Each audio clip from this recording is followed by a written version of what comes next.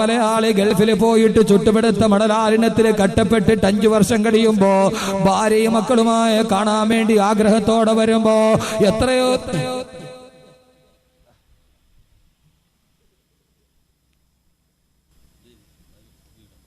2 അകത്ത് പോയി ഒരെണ്ണം വെളിയിൽ വന്നു. വെറുതെ അല്ലേ, ഏതോ പെണ്ണുങ്ങൾ പ്രാവിയിട്ടുണ്ട് ഇത് ഇയാളുടെ നാക്കൊന്ന് പിടിച്ച് അവിടെ അല്ല. ഇതിങ്ങനെ വരും. എത്രയോ പ്രസംഗിച്ചിരിക്കണം. വല്ല വിട്ടിലും അകത്ത് പോയെങ്കിൽ നാളെ പോലെ ചാടി ചാടി അടക്കും ഞാൻ.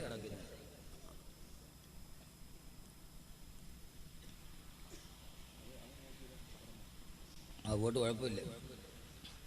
ഏതോ സ്ത്രീകൾ ബദരീങ്ങളുടെ പേര് യാസീനോ ഇങ്ങേരെ ഒന്ന് നിർത്തിയാൽ മതിയായിരുന്നു പടച്ചോൻ. ഇനി ഇതെല്ലാം കേട്ടിട്ട് അങ്ങേര് നാളെ വിളിക്കായിരുന്ന എന്ത് ചെയ്യും? എന്നും വിളിക്കുന്ന ആളെ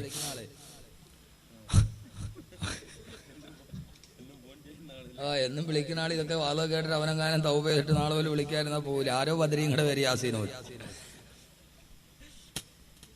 ഏതായാലും സഹോദരങ്ങള്, അള്ളാഹുവിന്റെ ഖുർആൻ പറഞ്ഞ പോലെ എത്രയോ കുടുംബങ്ങളാണ് വഴിയാധാരമായത്. വല്ലാത്ത കഷ്ടമാണ്, കണ്ടു നിൽക്കാൻ കരയുകയാണ്. സഹോദരങ്ങളെ, എത്രയോ കഷ്ടമാണ്. ഒരൊറ്റ മൊബൈൽ ഫോണിൽ വിളിച്ചതിന്റെ കാരണത്താലാണ് വെഞ്ഞാറമൂട് ഷാജഹാൻ എന്ന് പറയുന്ന ചെറുപ്പക്കാരൻ ഗൾഫിൽ നിന്ന് തിരിച്ചു വന്നപ്പോ കണ്ടത് പൊന്നുമോളുടെ മൃതദേഹമാണ്. പോലീസ് അറസ്റ്റ് ചെയ്തു കൊണ്ടുപോകുന്ന ഭാര്യയാണ്. എത്രയോ കുടുംബങ്ങളാണ് തകർച്ചയുടെ വക്കീലെത്തി നിൽക്കുന്നത്. അള്ളാഹുവിന്റെ ഖുർആൻ, പെങ്ങളെ, നീ ജീവിക്കുന്നത് മനുഷ്യരുടെ ലോകത്തല്ല, പിശാചുക്കൾ പാർക്കുന്ന വേതാള നഗരം പോലെ ഈ ഭൂമി മാറുകയാണ്. നിന്റെ നേരെ കടുക കണ്ണുകളുമായി ആളുകൾ കൊത്തിവലിക്കുകയാണ്. അവിടെ പെങ്ങളെ ഈമാൻ വേണേ. അല്ല പറയുന്നു, ഇനി തക്കയ്തുന്ന, നിനക്ക് തഖ്വയുണ്ടെങ്കിൽ നീ നിന്റെ സംസാരത്തിൽ മിതത്വം പാലിക്കണേ. സമയത്തിന്റെ പരിമിതി കൊണ്ട് ഞാൻ വീണ്ടും തുടരുന്നു. അള്ളാഹുവിന്റെ ഖുർആൻ രണ്ടാമതായിട്ട് പറയുന്നത് എന്താ? സൂറത്തുൽ അഹ്സാബ്, വഖർന ഫീ ബുയൂതികുന്ന, നീ നിന്റെ വീടിന്റെ ഉള്ളിൽ അടങ്ങി ഒതുങ്ങിയിരിക്കണേ. 2 അത്യാവശ്യത്തിനെ സംസാരിക്കാവൂ. 1 അവസാനം എന്ത് നഷ്ടപ്പെട്ടു? എന്റെ പ്രിയപ്പെട്ട പെങ്ങളെ, മൊബൈൽ ഫോണിൽ വന്നേക്കാം, നിന്റെ കൂടെ ധാരാളം പുരുഷന്മാർ വന്നേക്കാം, ലോകം അതാണ്. പക്ഷെ നിനക്ക് നഷ്ടപ്പെടുന്നതോ?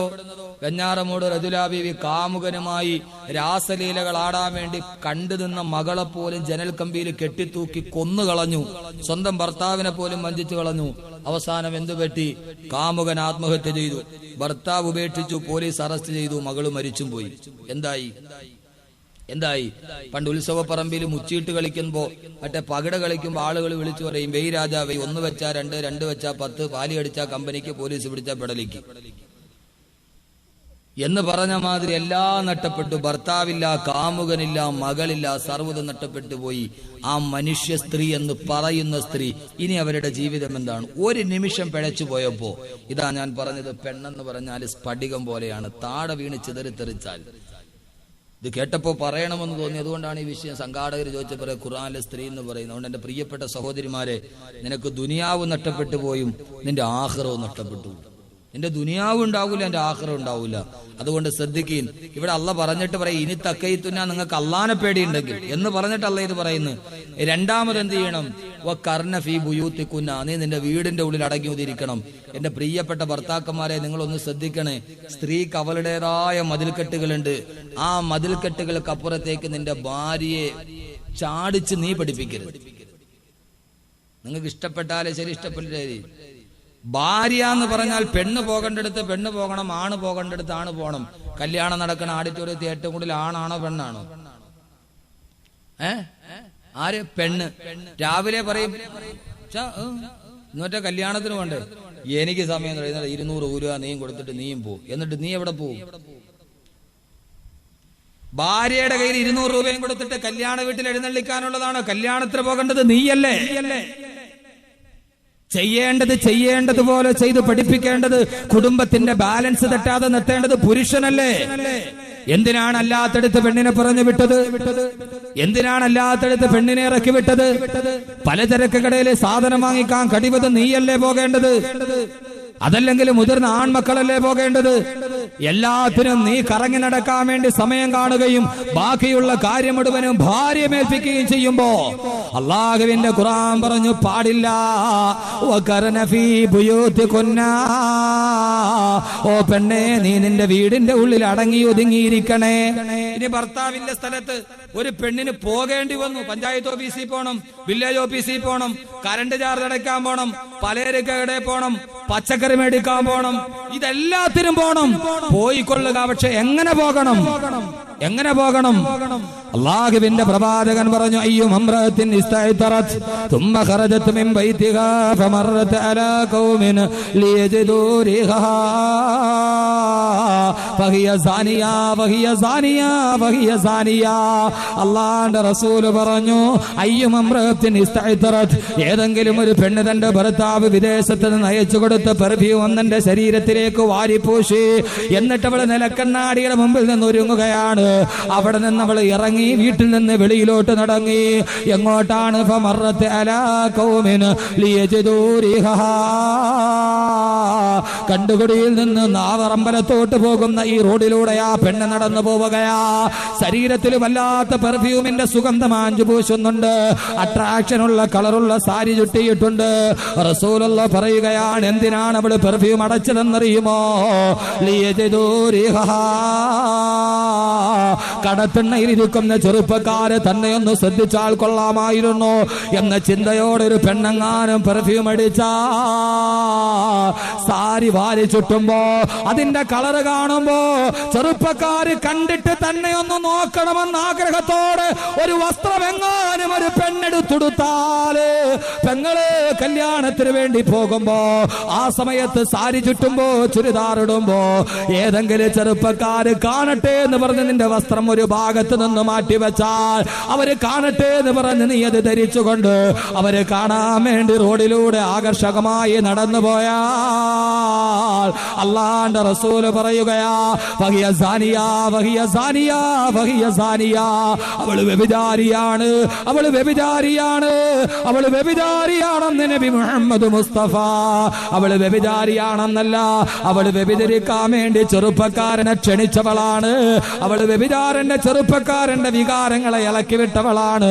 വസ്ത്രധാരണത്തിലൂടെ മാദകമായ ഗന്ധത്തിലൂടെ അങ്ങനെ എങ്ങാനും ഇറങ്ങി നടന്ന വ്യഭിചരിക്കുന്ന പെങ്ങള് വഹിയ സാനിയാ വഹിയ സാനിയാ വഹിയ സാനിയാ. അവള് വ്യഭിചാരിയാണ്, അവള് വ്യഭിചാരിയാണ്, അവള് വ്യഭിചരിക്കാൻ ക്ഷണിച്ചവളാണെന്ന് നബി മുഹമ്മദുർ റസൂലുള്ളാഹ്. ഭാഷ കടുത്തു പോയാലും ക്ഷമിക്കണം, പറയാതിരിക്കാൻ തരവില്ല. റസൂലുള്ള 3 പ്രാവശ്യം എന്ന് വഹിയ സാനിയ വഹിയ സാനിയ വഹിയ സാനിയ. അവള് സാനിയ മിർസാണെന്നല്ല, വഹിയ സാനിയ. അവള് വ്യഭിചാരിയാണ്, അവള് വ്യഭിചാരിയാണ്. വ്യഭിചരിക്കണ്ട. വസ്ത്രം എടുത്തുടുക്കുമ്പോ അഡ്ജസ്റ്റ്മെന്റ് ചെയ്യൂലേ, ഇത് ചെറുപ്പക്കാര് കാണട്ടെ. റോഡിൽ കൂടെ ഇറങ്ങി പോകുമ്പോ ഈ കണ്ടുകൂടിന്ന് വാവറമ്പലത്തോട്ട് പോണ വഴിയിൽ റോഡ് സൈഡിൽ ഇരിക്കണ ഈ കടത്തിണ്ണയിരിക്കണ ചെറുപ്പക്കാരില്ലേ, LMV എന്ന് പറഞ്ഞാൽ ലൈറ്റ് മോട്ടോർ വെഹിക്കിൾ അല്ല, ലോകമഹാവാളികള്. LMV ചെറുപ്പക്കാരിരിക്കുന്ന റോഡ് സൈഡിൽ അവരൊക്കെ ഒന്ന് കാണട്ടെ എന്ന് വിചാരിച്ചിട്ട് ഇച്ചിരി സുഗന്ധം അടിച്ചുകൊണ്ട് പോയാ എന്റെ ജീവിത പെണ്ണിന് സുഖം പൂശാൻ പറ്റുന്നത് 2 നേരത്താ. എപ്പോഴൊക്കെയാ അത്? ഒരു പെണ്ണ് 2 നേരത്തിലേ സുഗന്ധം പൂശാവൂ. ഒന്ന്, ഒരു പെണ്ണ് ഏറ്റവും നന്നായിട്ട് പൗഡറിട്ട് കണ്ണെഴുതി വാരിട്ട് കണ്ണെഴുതി പിന്നെ കവളത്തൊടുക്കത്തെ കുത്തി പൗഡർ വിട്ട് നല്ല വസ്ത്രവും എടുത്തിട്ട് അവള് നിൽക്കേണ്ടത് ആരുടെ മുമ്പിലാ? സ്വന്തം ഭർത്താവിന്റെ മുമ്പിലാണ്. ഒരു പെണ്ണിന് 2 സമയത്തെ പെർഫ്യൂം പൂശാവൂ. ഒന്ന് ഭർത്താവിന്റെ മുമ്പില് നന്നായിട്ട് വസ്ത്രമെടുത്ത് അവളുടെ സൗന്ദര്യം മുഴുവനും അവൾ പ്രദർശിപ്പിക്കേണ്ടത് ഭർത്താവിന്റെ മുമ്പിലാണ്. നിൽക്കുവോ ഭർത്താവിന്റെ മുമ്പില്?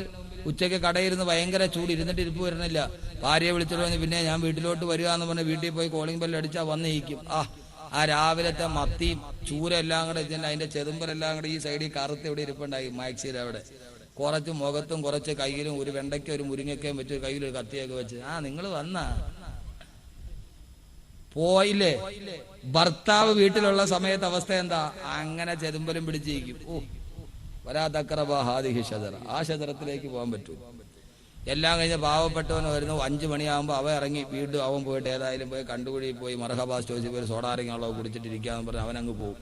അവൻ വെളിയിൽ നിന്ന് ഇറങ്ങി കഴിയുമ്പോൾ പോയി നന്നായിട്ട് കുളിച്ച് മാക്സിയൊക്കെ എടുത്തിട്ട് പൗഡറൊക്കെ ഇട്ട് നന്നായിട്ട് കുളിച്ചൊരുങ്ങി അയലോക്കത്ത് പോയിട്ട് 40 നോട്ടീസിന്റെ വിത്തനയും പറഞ്ഞ് 7 മണിയാകുമ്പോൾ വീട്ടിൽ കയറിയിരുന്ന് പൈപ്പ് മഗ്രിബിന്റെ ബാങ്ക് വിളിക്കുമ്പോൾ പൈപ്പിൽ പോയി ഒന്നുമൊക്കെ എടുത്ത് നേരെ വന്ന് മുസല്ല എടുത്ത് ഫ്രണ്ടിൽ വെച്ച് 14 ഇഞ്ച് ടിവിയുടെ ഫ്രണ്ടിൽ പോയി റിമോട്ട് എടുത്ത് ബിസ്മില്ലാഹിർ റഹ്മാനിർ റഹീം നവൈതുൽ ഇഅ്തികാഫ ഇലാ അമാമി ഹാദൽ ടിവി ഇലാ നിഹായത്തി ഐഡിയ സ്റ്റാർ സിംഗർ അൽഹംദുലില്ലാഹ് ഒരൊറ്റ ഇരിപ്പ്. അതുവരെ എന്തോ ഒരു മൊഞ്ച. അതിന് ഭർത്താവ് വീട്ടിൽ ഇരിക്കണ സമയത്തുണ്ടാ ഒരു ഭാര്യ യഥാർത്ഥത്തിൽ, ഞാനിതൊക്കെ ഒരു കുടുംബജീവിതം പറയുമ്പോൾ അതിന് ഒത്തിരി വശങ്ങളിലേക്ക് പോകണം, നമ്മുടെ ഒരു പൊതു സ്റ്റേജിൽ പറയാൻ പറ്റില്ല. എന്ന് പറഞ്ഞാൽ നിന്റെ ഭർത്താവ് വേറൊന്നിനെ കുറിച്ച് ആഗ്രഹിക്കാതെ ആ ഭർത്താവിനെ തനിക്ക് അള്ളാഹു തന്ന സൗന്ദര്യം കൊണ്ട് കാത്തു സൂക്ഷിക്കേണ്ടത് ഭാര്യയുടെ ചുമതലയാണ്. അള്ളാഹു കാര്യങ്ങൾ മനസ്സിലാക്കാൻ തൗഫീക്ക് നൽകട്ടെ. നാളെ ഇൻഷാ അല്ലാഹ് കുടുംബജീവിതമൊക്കെ പറയും. കബീർ ഉസ്താദ് അതൊക്കെ പറഞ്ഞു എന്നൊക്കെ നാളെ പറയും. അതുകൊണ്ട് ഞാൻ ഇൻഷാ അല്ലാഹ് കാര്യങ്ങളിലോട്ട് കിടക്കുകയാണ്.